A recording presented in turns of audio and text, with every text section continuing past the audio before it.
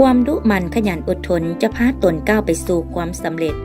ดังครอบครัวของนางคำมันธรรมบงศ์เป็นครอบครัวหนึ่งที่มักหักในอาชีพนี้นางคำมันธรรมบงศ์บอกว่าในเมื่อก่อนครอบครัวของตนเฮ็ดอาชีพค้าขายแล่นรถ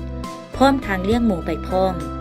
แต่การเลี้ยงกะแบบปฐมประทานเพราะหับไส้ภายในครอบครัวบ่มีวิชาการเทคนิคแต่อย่างใดย้อนเห็นได้ความสำคัญและเบิ่งกว้างเห็นไกลนางคำมันผู้เป็นแม่จึงได้ส่งลูกชายไปเรียนเรียกงานเลี้ยงสัตว์และการประมงจากนั้นก็ได้หันอาชีพจากการค้าขายมาสวมใส่การเลี้ยงหมูแบบเอาจริงเอาจัง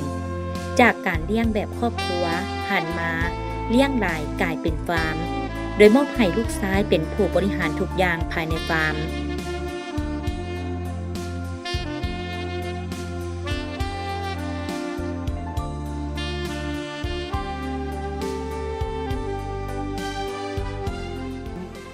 ผ่านมาอะไรเงี้ยที่ว่า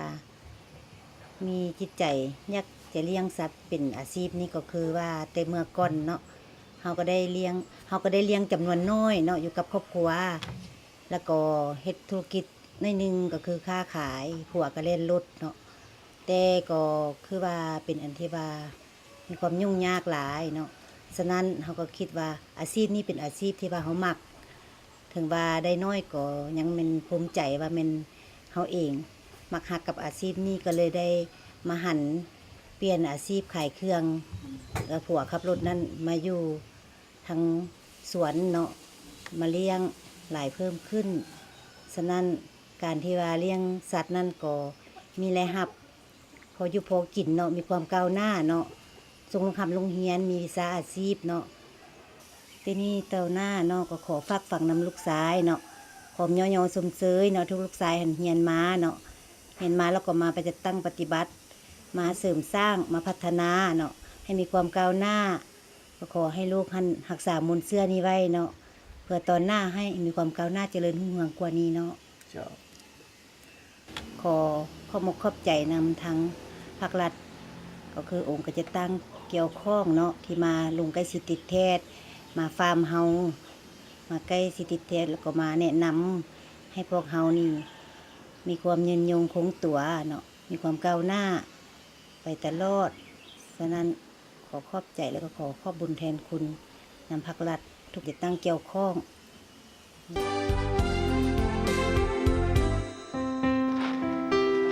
ย้อนเห็นได้ความต้องการของลูกค้าและการตลาดของผู้บริโภคสิ้นในสังคมมีการขยายตัวจึงหันจากการเลี้ยงหมูแบบครอบครัวในเมื่อก่อนมาเลี้ยงเป็นฟาร์มในปัจจุบันท่านไซยเดชเจริญสุขบอกกับทีมงานพวกเขาว่าก่อนจะมาเฮ็ดได้เป็นฟาร์มคือปัจจุบันก็เนื่องจากว่าทางครอบครัวมันเคยมีมูลเชื่อการเลี้ยงหมูในเมื่อก่อนมาแล้วในเบื้องต้นมีหมูแม่พันธุ์เพียง5 แม่เห็นว่าความต้องการของลูกค้ามีความสนใจจึงได้เพิ่มขึ้นกิจกรรมจาก5 แม่เป็น15 แม่จนมาฮอดปี 2010 การเลี้ยงแม่นเริ่มนำใส่เทคนิควิชาการเข้าช่วยเนื่องจากว่าตนเองก็ได้เรียนจบการศึกษาด้านการเลี้ยงสัตว์และการประมงบวกกับบทเรียนและประสบการณ์ที่มีมาฮอดปี 2013 การเลี้ยงก็มีพวงทาขยายตัว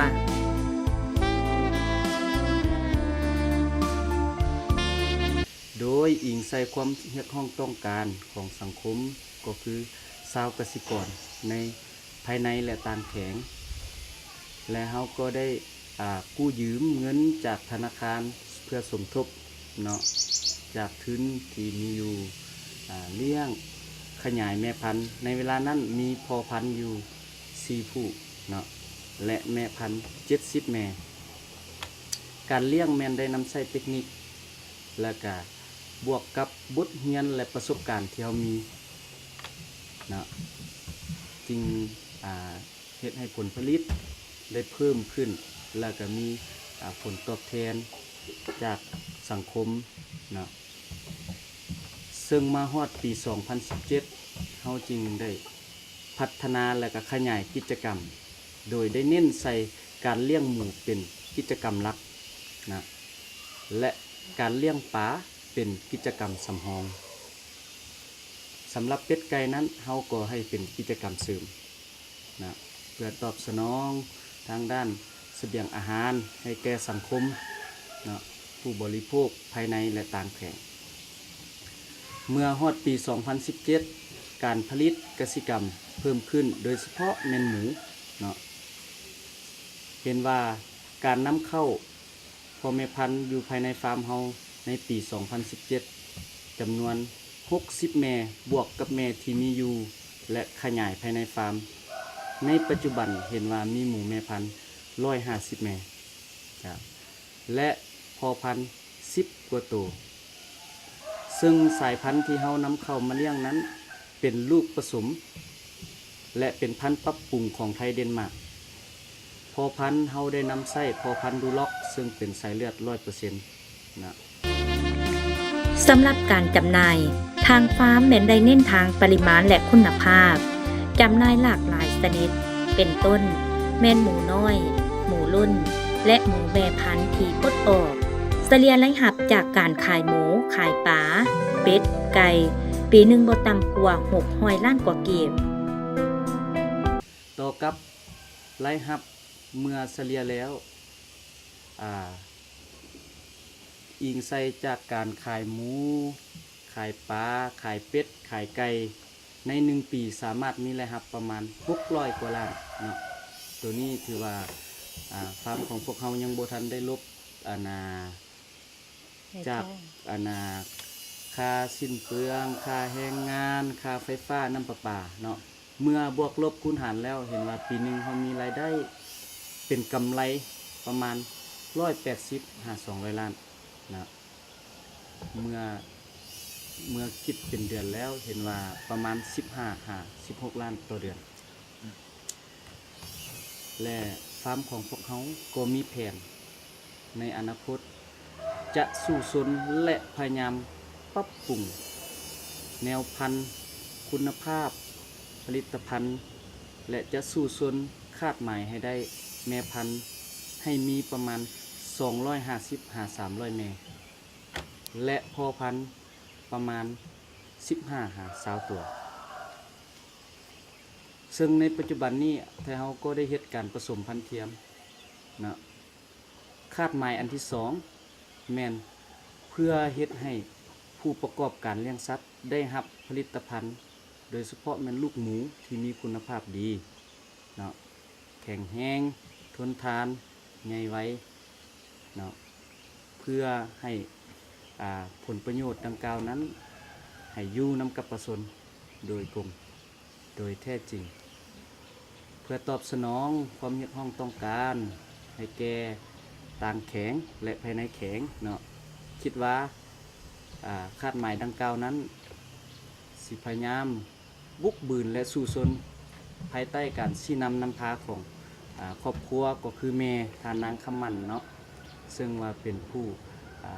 ใกล้ชิดติดแทบเป็นผู้บริบัติรักษาเป็นผู้นำพาพนักงานภายในฟาร์มเฮาเนาะเขาอิงใส่บทเรียนที่เขาเลี้ยงมา10 กว่าปีนี้สามารถตีราคาได้ดังนี้เกี่ยวกับข้อสะดวกเห็นว่ามีหลายด้าน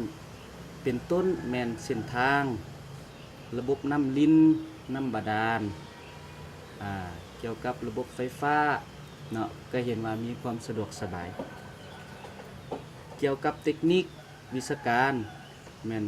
ข้าพเจ้าเป็นผู้จัดตั้งปฏิบัติโดยตรงซึ่งว่ามีความเชื่อมั่นในการจัดตั้งปฏิบัติแล้วก็เห็นผลตามมาในแต่ละระดับเนาะเกี่ยวกับข้อยุ่งยากนี้ซึ่งว่าเราก็สามารถพบเห็นบางปัญหาต้นแม่นพยาธิที่เกิดขึ้นตามฤดูกาลนะแต่ว่าถ้าเราก็ได้นำใช้บทเรียนสามารถควบคุมและกำจัดได้และอีกอันนึงซึ่งมันเป็นความจำเป็นเกี่ยวกับงบประมาณก็คือทุนหอนที่ว่าเราก็ยังได้บ่ทันได้เพียงพอถือว่ายังบ่ทันได้ตามความต้องการนะซึ่งการผลิตของพวกเราสิหันเป็นเศรษฐกิจและก็สิพยายามให้มันเป็นต้องโซ่ผลิต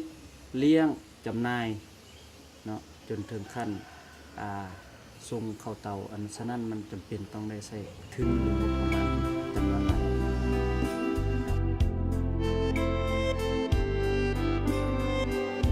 ท่านไสยเดชเจริญสุขเจ้าของเจริญฟาร์มยังกล่าวตื่มว่านอกจากการเลี้ยงหมูแล้ว ทางฟาร์มพวกเขายังได้เลี้ยงปลาเป็ดไก่ไว้คอยบริการทาน พิเศษทางเจริญฟาร์มยังมีนำเสื้อหมูพอพันธุ์สามารถผสมพันธุ์เทียมได้อีก ข้าพเจ้าในน้ำเป็นผู้รับผิดชอบฟาร์มหรือว่าเป็นเจ้าของเนาะก็อยากเชิญชวนบรรดาท่านผู้ประกอบการเลี้ยงสัตว์เป็นต้นในการเลี้ยงหมูเลี้ยงปลาเลี้ยงเป็ดเลี้ยงไก่เนาะรูปแบบการเลี้ยงแบบผสมผสานทางฟาร์มของพวกเขาก็มีหมูน้อยเนาะปลาแล้วก็เป็ดไก่จำหน่ายอันพิเศษฟาร์มของพวกเขาก็มีน้ำเชื่อเนาะหมูพอพันธุ์สามารถบริการซีดน้ำเชื่อหรือผสมพันธุ์เทียมนะได้นอกจากนั้นก็ยังสามารถช่วยเกี่ยวกับวิธีการเทคนิคเนาะแก่กับชาวเกษตรกรผู้ที่สนใจอยากเลี้ยงสถานที่ฟาร์มของพวกเขาตั้งอยู่ลักแปดทางไปเมืองหลาเนาะขึ้นกับเมืองไซแข่งอุดมไซเบอร์โทรติดต่อแมน020 596 12221แล้วขอบใจ การสร้างเศรษฐกิจครอบครัวถ้าเรามีความอดทนพยายามผ่านทุกอุปสรรคนานาประการเชื่อในว่าจะมีผลสำเร็จในภายหน้าเชื่อมั่นต่อแนวทางของภาครัฐในการพัฒนาเศรษฐกิจสังคมเน้นใส่ยกระดับชีวิตการเป็นอยู่ของประชาชนให้ดีขึ้นโดยเฉพาะก็แม่นการหันอาชีพจากการเลี้ยงแบบธรรมชาติไปสู่การเลี้ยงแบบนำใช้เทคนิควิทยาศาสตร์เลี้ยงหลายกลายเป็นสินค้า